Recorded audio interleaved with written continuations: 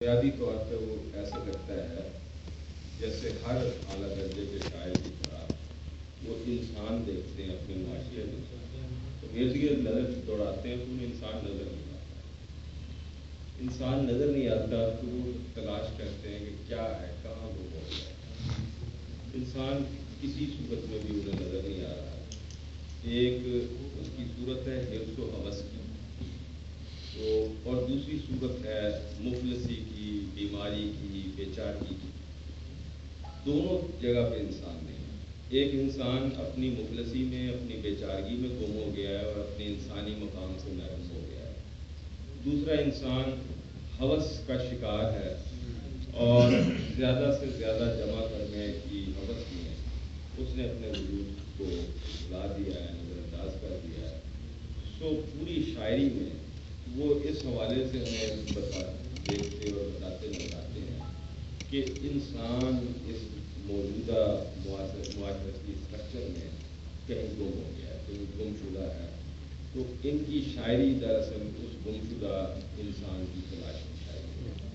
میں اگر غور کروں تو مجھے جتنی بھی شاعری اردو پنجابی میں ہمیں نظر آتی ہے وہ ساری کی ساری اسی گم شدہ انسان کی تلاش کی شاعری ہے۔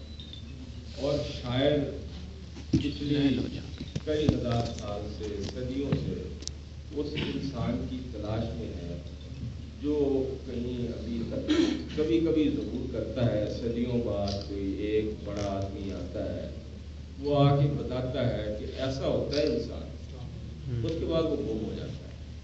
اور باقی جو ہیں وہ ہماری آپ کی طرح کے ہیں جو زندگی کے مکینکس میں پھنسے ہوئے ہیں۔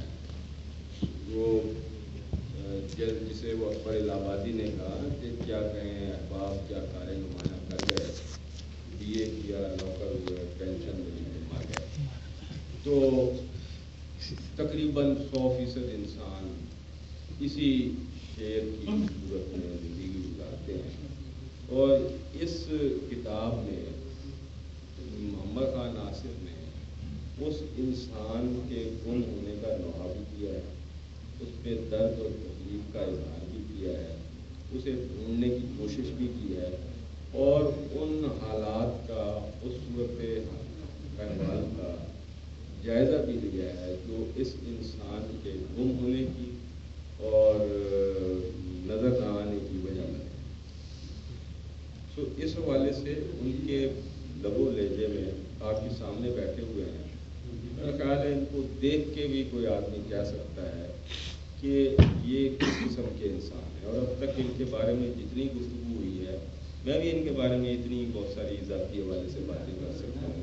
میں پچھلے کئی سال سے جب بھی انور زاہد صاحب اور محمد خان ناصر صاحب حکم فرماتے ہیں، جاتا ہوں، ان سے ملتا ہوں، ان کا رویہ دیکھتا ہوں، ان کا انداز دیکھتا ہوں، کیسے اپنے مہمانوں سے ملتے ہیں، کیسے ان سے یہ سلوک کرتے ہیں، ان کے لیے کتنی تگ و دعا کرتے ہیں، ان کے لیے کیا کیا کچھ کرتے ہیں، ان کے احترام اور محبت کے لیے یہ اپنی جان کس طرح ہلکان کرتے ہیں، وہ سب میرے سامنے ہے۔ اور وہی جب میں نے شاعری ان کی پڑھی تو اسی طرح کا ایک انسان جو انسانوں کی اس حالت پر درد کا شکار ہے، تکلیف کا شکار ہے، مصیبت کا شکار ہے، اور اس پر کبھی وہ روتا ہے، کبھی وہ شکوہ کرتا ہے، کبھی وہ اپنی تکلیف کا اظہار کرتا ہے، کبھی وہ مصیبت کا اظہار کرتا ہے، اور پوری کتاب اس موضوع کے گرد ہوتی ہے۔ ان کے اسلوب و آہنگ کے حوالے سے بھی ہمارے دوست نے بات کی۔ مجھے کبھی نہیں لگا کہ آہنگ پنجابی کا اور ہوتا ہے، اردو کا اور ہوتا ہے، فارسی کا اور ہوتا ہے۔ آہنگ انسان کا ہوتا ہے، شاعر کا ہوتا ہے۔ آپ کبھی غور سے ہندوستان میں لکھی جانے والی فارسی شاعری کو پڑھیں اور ایران میں لکھی جانے والی فارسی شاعری کو پڑھیں، ایک ہی بحر کی شاعری کا آہنگ ایک نہیں ہے۔ آپ ہندوستان میں لکھی جانے والی فارسی شاعری کا اور اردو شاعری کا آہنگ اگر دیکھیں گے تو ایک آہنگ نہیں ہے۔ اور اگر آپ ایک شاعر کی ایک ہی بحر میں لکھی ہوئی غزلوں کو، یعنی میر کی ایک بحر اور سودا کی ایک بحر کی غزلوں کو پڑھیں گے، ان کا آہنگ ایک نہیں ہے۔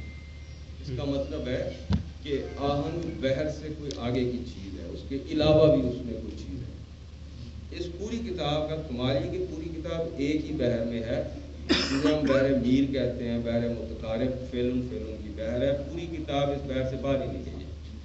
پہلی حمد سے لے کے آخری نظم تک تمام کی تمام کتاب کسی ایک بحر میں ہے۔ زیادہ تر انہوں نے 4 ارکان لیے ہیں، یعنی مختصر بحر رکھی ہے ان کی۔ میں اگر آپ کو ان کی غزلوں کا پہلا مصرع پڑھ کے سناتا جاؤں، آپ کہیں گے تو ایک ہی بحر ہے، ایک ہی آہنگ ہے، بحر بھی ایک ہے اس کا اور اس کا آہنگ بھی ایک ہے۔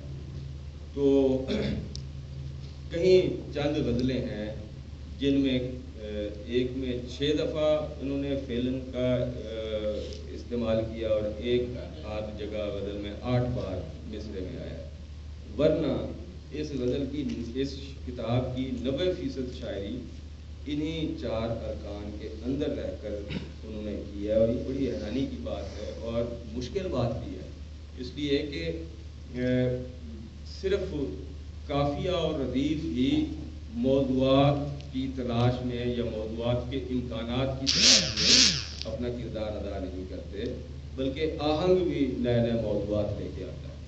یہ کمال کی بات یہ ہے کہ انہوں نے اس ایک آہنگ میں اپنے لیے اس پورے معاشرتی ماحول کو، اس پوری معاشرتی زندگی کو ہمارے سامنے لا کے رکھ دیا ہے۔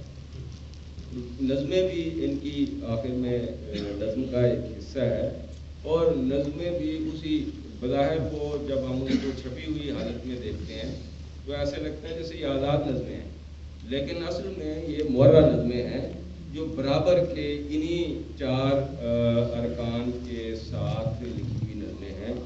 ان نظموں کا آہنگ بھی انہی اس محمد خان ناصر کے باطنی آہنگ سے میچ کرتا ہوا آہنگ ہے۔ اس آہنگ کی تشکیل میں ایک طرف جہاں ان کی اپنی یعنی ان کے وجود کے جو آہنگ ہے وہ شامل ہوا ہے، وہاں ان کا جو علاقائی لب و لہجہ ہے وہ اس میں آیا ہے۔ پھر ان کی لفظیات کے خالص ہمارے یہاں لاہور میں میں ظاہر ہے 1980 سے پنجابی ادبی سنگت، پنجابی ادبی پروار کے جلسوں میں، مشاعروں میں سینکڑوں نظمیں اور غزلیں سن چکا ہوں۔ لاہور میں رہتے ہوئے مجھے لگتا تھا پنجابی میں بہت بری شاعری ہوتی ہے، اور مجھے ایسے لگتا تھا جیسے وہ اردو کی بہت کم تر درجے کی نقل ہے وہ شاعری۔ اور یہ جو بات ابھی ہمارے دوست کر کے گئے ہیں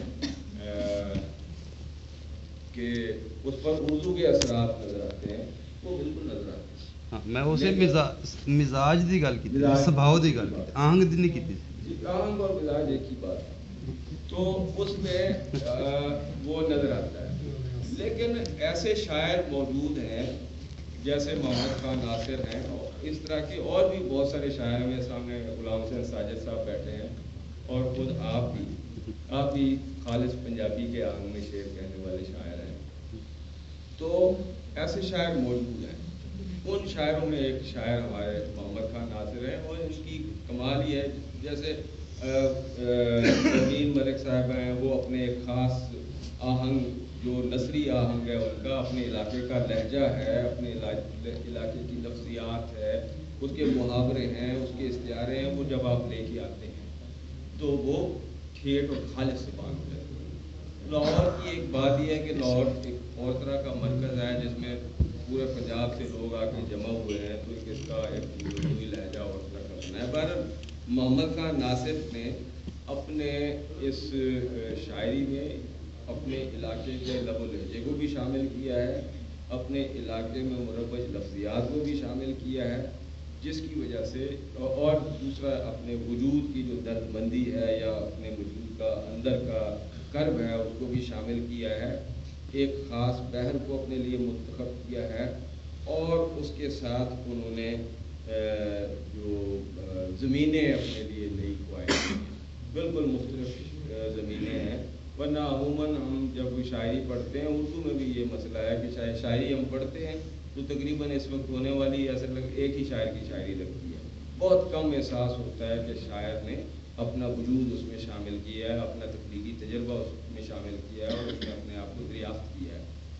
تو محمد خان ناصر ان خوش نصیب شاعروں میں سے ہیں جنہیں یہ اپنا اسلوب و آہنگ حاصل ہوتا ہے. تو میں اس پہ